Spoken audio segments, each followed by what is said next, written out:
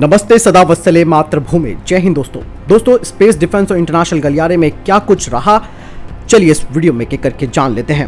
पहली update Assam rifles को लेकर आ रही है। दरअसल नॉर्थ ईस्ट में आपने अक्सर सुना होगा कि हथियारों की तस्करी की जाती है और इन हथियारों को उग्रवादी समूह को प्रोवाइड कराया जाता है, लेकिन असम राइफल्स और मिजोरम पुलिस को एक बड़ी सफलता हाथ लगी है। आपको बता दें कि इन्होंने एक ज्वाइंट ऑपरेशन चलाया जिसमें कि भारी मात्रा में गोला बारूद जब्त किया गया है और एक व्यक्ति को पकड़ लिया गया है। असम राइफल्स के अधिकारी ने कहा कि जिस आरोपी को उन्होंने पकड़ा है उसके कब्जे से AK-203 राइफल और एक जिंदा कारतूस बरामद कर लिया गया है। दरअसल असम गवर्नमेंट भी अब उग्रवादी संगठनों पर लगाम लगाने की कोशिश कर रही है, इसीलिए वहां पर असम राइफल और राज्य की पुलिस दोनों मिलकर ज्वाइंट ऑपरेशन कर रहे हैं।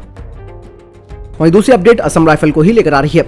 लेफ्टिनेंट जनरल प्रदीप चंद्र नायर देश के सबसे पुराने अर्धसैनिक बल असम राइफल्स के महानिदेशक के तौर पर अपना कार्यभार संभाल चुके हैं। असम राइफल जो कि पूर्वोत्तर क्षेत्र की सुरक्षा का जिम्मा संभालती है और कई तरीके की भूमिकाएं निभाती है। इससे पहले लेफ्टिनेंट जनरल नायर भारतीय सेना के भर्ती विभाग के महानिदेशक थे।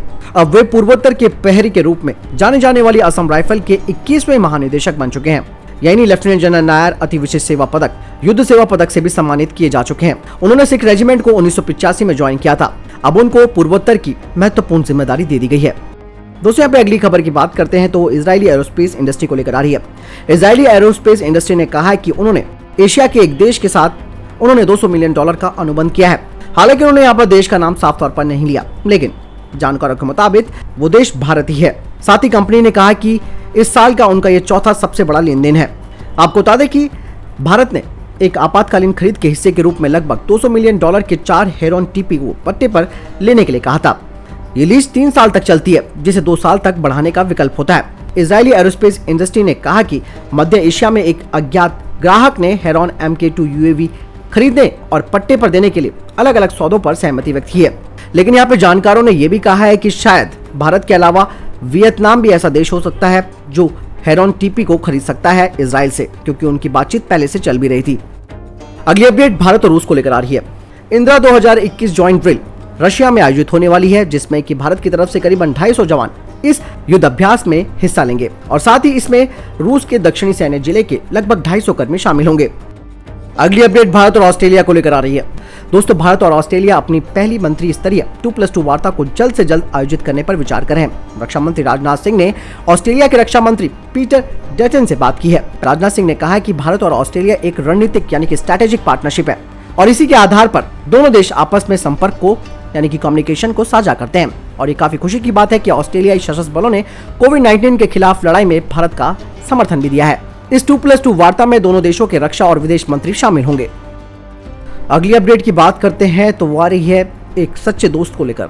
पंजाब के मोगा जिले में पिछले महीने MiG-21 बाइसन लड़ाकू विमान जो दुर्घटनाग्रस्त हो गया था, उसमें हमारे जो पायलट थे वो वीर गति को प्राप्त हो गए, जिनका नाम स्क्वाड्रन लीडर अभिनव चौधरी जी था।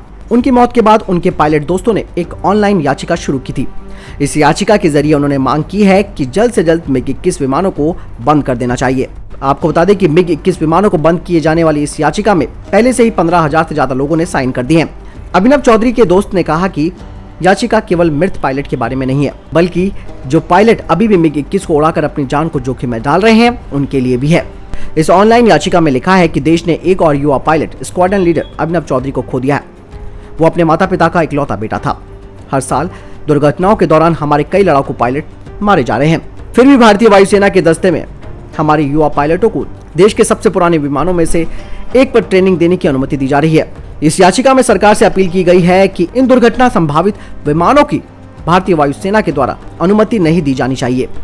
दोस्तों बहुत ही अच्छा कदम माना जा सकता है पायलटों के द्वारा, जो कि इस बारे में सोच रहे हैं कि हमें इस तरीके के फाइटर प्लेन्स नहीं उड़ाने हैं जो कि ऑलरेडी इतने पुराने हो चुके हैं, जो कि लगातार दुर्घटना का शिकार हो रहे हैं। ऐसे में ये पायलटों की जान के लिए एक खतरा बनते जा रहे हैं और बेवजह से हमारे पायलट अपनी जान खोते जा रहे हैं। इसीलिए इस याचिका में साफ तौर पर कह दिया गया है कि भारत सरकार जितनी जल्दी हो सके इन फाइटर जेट्स की सेवा बंद कर दे। अगली अपडेट चाइना को लेकर ही आ रही है। लगता है चाइना कुछ बड़ा करने की सोच रहा है। लगातार मैं चाइना के ऊपर आपको अपडेट भी दे रहा हूँ, लगातार आप देख भी रहे होंगे, लेकिन चीन अब LAC पर एक कंबाइंड एयर डिफेंस सिस्टम को लगा रहा है।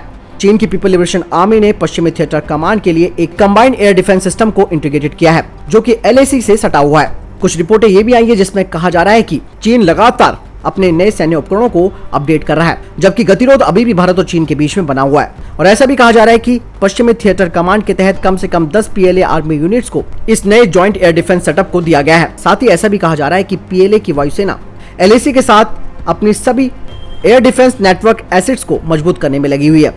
सेना के retired air vice marshal Manmohan Bahadur ji ने कहा कि चीनी पक्ष सभी हवाई रक्षा संपत्तियों की एक ग्रिड बना रहा है और उन अंतरालों को पाट रहा है, यानी कि उन गैप्स को फिल कर रहा है जहां पर भारतीय वायुसेना डोमिनेट कर रही है।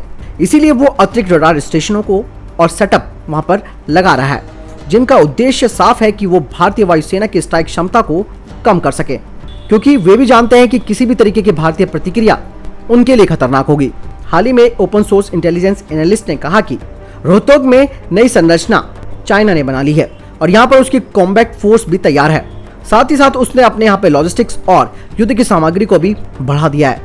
चीन ने LAC पर अपनी स्थिति को मजबूत करना शुरू कर दिया है और वो वहाँ पर गाँव का निर्माण भी कर रहा है ताकि सैनिकों को तुरंत तैनात किया जा सके। इसके अलावा राजमार्गों और हवाई अड्डों का भी निर्माण तेजी से हो रहा है। चीन ने 2017 के बाद से ही LAC के पास एयरबेस, वायु रक्षा कमांड और हेलीपोर्ट की संख्या दुगनी कर दी है। चीन ने LAC के पास कम से कम 13 नई सैन्य सुविधाओं का निर्माण शुरू किया। रिपोर्ट में कहा गया है कि 2017 में डोकलाम गतिरोध के बाद लद्दाख में तनाव बढ़ाने के लिए उसने 4 हेलीपोर्ट पर काम करना शुरू कर दिया था, यानी कि यथास्थिति बदलने की पूरी तैयारी है चीन की। इसीलिए जो अपडेट्स आ रहे हैं चाइना को लेकर दोस्तों, वो कोई हवा की बातें नहीं है, वो सब एक्चुअल बातें हैं। क्योंकि इस वक्त क्योंकि बर्फ पिघल चुकी है उस एरिया में, गर्मी का फायदा उठाना चाहते हैं चाइनीज, क्योंकि उस टाइम उनको पीछे हटना इसलिए पड़ा क्योंकि उनके सैनिक इतनी हैवी ठंड को नहीं झेल सकते। तो शायद वो कुछ स्टेप अगले 1 या 2 महीने में उठा सकता है और we have to prepare for it. और मैं ये कहना चाहूँगा कि हमारी सेना भी इसके लिए तैयार है और हमें इस तरीके से जवाब देना ही है कि अगर उसकी तरफ से कोई भी एक्शन होगा तो भारत यहाँ पे जरूर रिटेलिएट करेगा। आपको क्या लगता है इस बारे में कमेंट सेक्शन में लेकर जरूर बताएं। अगली अपडेट की बात करते हैं तो चाइना को लेकर आ रही है। चीन ने हिमाचल प्रदेश में भी अपने पैर फंसाने शुरू कर दिए हैं। हिमाचल प्रदेश के मुख्यमंत्री जयराम ठाकुर ने सरकार को बताया है कि चीन राज्य के सीमावर्ती इलाकों में बुनियादी ढांचों को मजबूत कर रहा है। 29 मई को राज्य के किन्नौर और लाहौल स्पीति जिले के सीमावर्ती इलाकों का दौरा करने के बाद वहां के मुख्यमंत्री जयराम ठाकुर ने बताया कि पड़ोसी देश चीन तिब्बत क्षेत्र में बुनियादी ढांचों में सुधार कर रहा है और इसे बड़े पैमाने पर कर रहा है।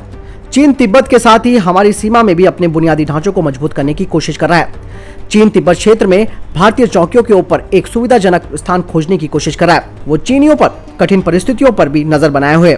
आपको बता दें कि जयराम ठाकुर ने उन इलाकों का भी दौरा किया जहां पर चीन के बुनियादी ढांचे बनते हुए दिखाई दे रहे हैं। इसीलिए उन्होंने कहा कि हमने अपनी रिपोर्ट केंद्र सरकार को भेज दी है।